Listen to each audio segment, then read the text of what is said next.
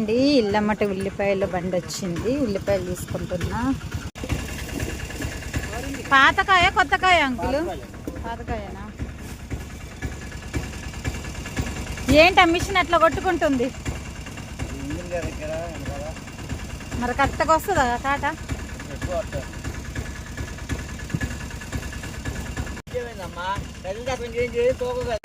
5 కేజీలు 100 కదా.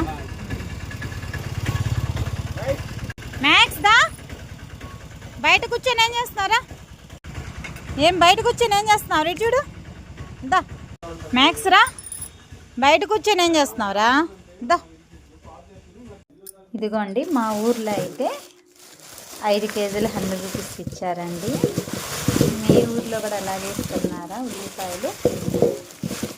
వాళ్ళైతే నేను ఫ్రెష్ ఆనపకాయ వండుదామని తీసుకున్నా. ఇదైతే 30 రూపీస్.